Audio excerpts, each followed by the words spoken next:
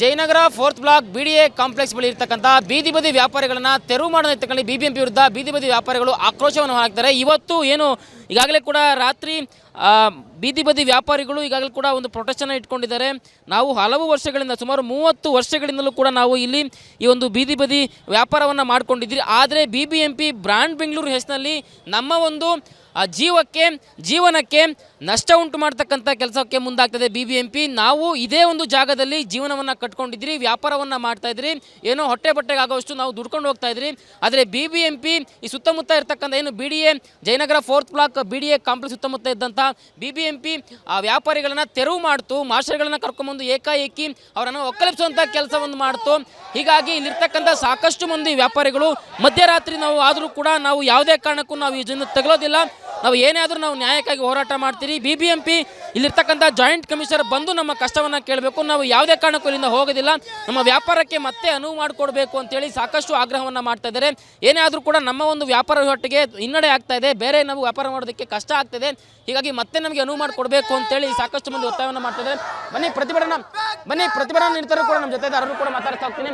Sir, ಈಗಾಗಲೇ ಕೂಡ ತಾವು ಈಗ ಮತ್ತೆ ಶುರು ಮಾಡ್ಕೊಂಡಿದ್ದಾರೆ ಪ್ರತಿಭಟನೆಯನ್ನು, ತೆರವು ಮಾಡಿದ್ದಾರೆ. ಸೊ ತೆರವು ಮಾಡಿದ ಯಾವ ರೀತಿ ಸಮಸ್ಯೆ ಆಗ್ತಿದೆ, ಏನು ಬೇಡಿಕೆ ಇಟ್ಟಿದ್ದೀರಾ ಮುಂದೆ ಅಂತ? ಸರ್, ಅವರು ನವೆಂಬರ್ 1ನೇ ವಾರದಲ್ಲಿ ಎನ್ಕ್ರೋಚ್ಮೆಂಟ್ ಕ್ಲಿಯರೆನ್ಸ್ ಡ್ರೈವ್ ಅಂತ ಕೆಲವು ಎನ್ಕ್ರೋಚ್ಮೆಂಟ್ಸ್ ಇತ್ತು, ಇಲ್ಲ ಅಂತ ಹೇಳಿಲ್ಲ. ಯಾರೋ ಒಂದು 10 ಅಡಿ ಟೇಬಲ್ ಗೀಬಲ್ ಎಲ್ಲ ಹಾಕೊಂಡಿದ್ರು, ಅದನ್ನು ಕ್ಲಿಯರ್ ಮಾಡಿದ್ರು. ಆದರೆ ಬಿಕ್ಕಿರೋ ಬೀದಿ ವ್ಯಾಪಾರಿಗಳು ಯಾರು ಎನ್ಕ್ರೋಚರ್ಸ್ ಅಲ್ಲ, ತಳ್ಳೋ ಗಾಡಿನಲ್ಲಿ ವ್ಯಾಪಾರ ಮಾಡ್ಕೊಂಡು ಹೋಗ್ತಾ ಇದ್ದಾರೆ, ಟೇಬಲಲ್ಲಿ ನೆಲದ ಮೇಲೆ ಬಟ್ಟೆ ಹಾಕೊಂಡು ವ್ಯಾಪಾರ ಮಾಡ್ತಾ ಇದ್ದಾರೆ.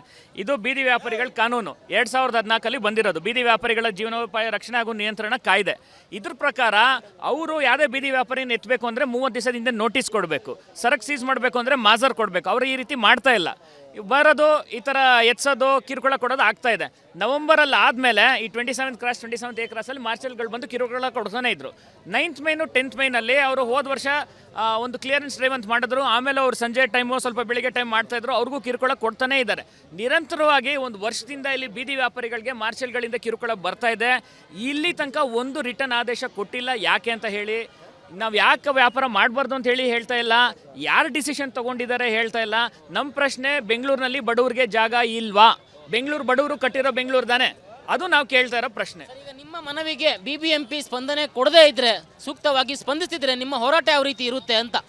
ಸಾರು, ಅವರು ಸ್ಪಂದನೆ ಮಾಡ್ತಾ ಇದ್ರೆ ನಾವು ಇಲ್ಲೇ ಕೂತ್ಕೋಬೇಕಾಗುತ್ತೆ, ಬೇರೆ ದಾರಿ ಇಲ್ಲ ಸರ್. ಯಾಕೆಂದರೆ ನಾವು ಮನವಿಗಳು ಕೊಟ್ಟು ಸಾಕಾಗಿದೆ. ಕಾನೂನಿನ ಪ್ರಕಾರ ಏನೇನು ಮಾಡಬೇಕು ಮಾಡ್ತಾ ಇದ್ದೀವಿ. ಸಂಕ್ರಾಂತಿ ಹಬ್ಬ ಬೇರೆ ಬರ್ತಾ ಇದೆ, ಹಬ್ಬಕ್ಕಾದರೂ ವ್ಯಾಪಾರ ಮಾಡ್ಕೊಳ್ಳೋದು ಬೇಡವಾ ಬಡವರು?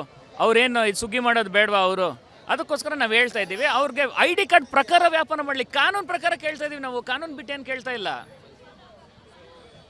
ಸೊ ಒಟ್ಟಾರೆ ಸಂಕ್ರಾಂತಿ ಹಬ್ಬ ಬೇರೆ ಹತ್ರ ಬರ್ತಾ ಇದ್ದಾರೆ, ಇಷ್ಟಾದರೂ ಕೂಡ BBMP ವ್ಯಾಪಾರ ಹೋರಾಟಕ್ಕೆ ಅವಕಾಶವನ್ನು ಕೊಟ್ಟಿಲ್ಲ. BBMP ಬಂದು ನಮ್ಮ ಕಷ್ಟ ಕೇಳೋರ್ಗೆ ನಾವಿಂದ ಎದ್ದೊಳೋದಿಲ್ಲ ಅಂತಕ್ಕಂಥ ಮಾತನ್ನು ಇಲ್ಲಿರ್ತಕ್ಕಂಥ ಪ್ರತಿಭಟನಾ ನಿರತರು ಹೇಳ್ತಾ ಇದ್ದಾರೆ. ಕ್ಯಾಮ್ರಾ ಪರ್ಸನ್ ಹರಿ ಜೊತೆ ಲಕ್ಷ್ಮೀ ನರಸಿಂಹ, ವಿಸ್ತಾರ ನ್ಯೂಸ್, ಬೆಂಗಳೂರು. ಅನುಕ್ಷಣದ ಸುದ್ದಿಗಳಿಗಾಗಿ ವಿಸ್ತಾರ ನ್ಯೂಸ್ ಯೂಟ್ಯೂಬ್ ಚಾನೆಲ್ ಸಬ್ಸ್ಕ್ರೈಬ್ ಮಾಡಿ. ಹೊಸ ಸುದ್ದಿಗಳ ನೋಟಿಫಿಕೇಶನ್ಗಾಗಿ ಬೆಲ್ ಐಕಾನ್ ಕ್ಲಿಕ್ ಮಾಡಿ. ಲೇಟೆಸ್ಟ್ ಅಪ್ಡೇಟ್ಸ್ಗಾಗಿ www.vistaranews.com ವೆಬ್ಸೈಟ್ಗೆ ವಿಸಿಟ್ ಮಾಡಿ. ಅಂಗೈಯಲ್ಲೇ ಜಗತ್ತಿನ ಸುದ್ದಿ ತಿಳಿಯಲು ವಿಸ್ತಾರ ನ್ಯೂಸ್ ಕನ್ನಡ ಆಪ್ ಡೌನ್ಲೋಡ್ ಮಾಡಿ.